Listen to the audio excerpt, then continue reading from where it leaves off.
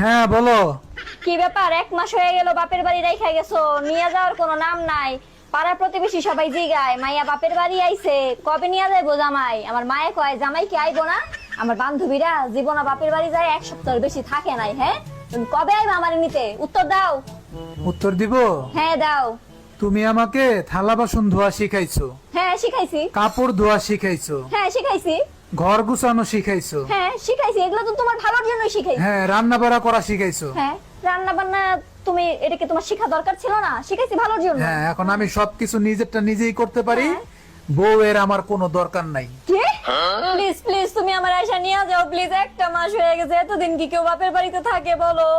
আয়সা নিয়ে যাও না, কাপড় ধুবো আমি, ঘর মুছবো আমি, সবকিছু আমি করবো। অফিস থেকে আইসা কি এইসব কাজ তোমার করা লাগে? কও, এইসব আমি করবো, প্লিজ নিয়ে যাও না আমারে। এখন আর নাটক করে লাভ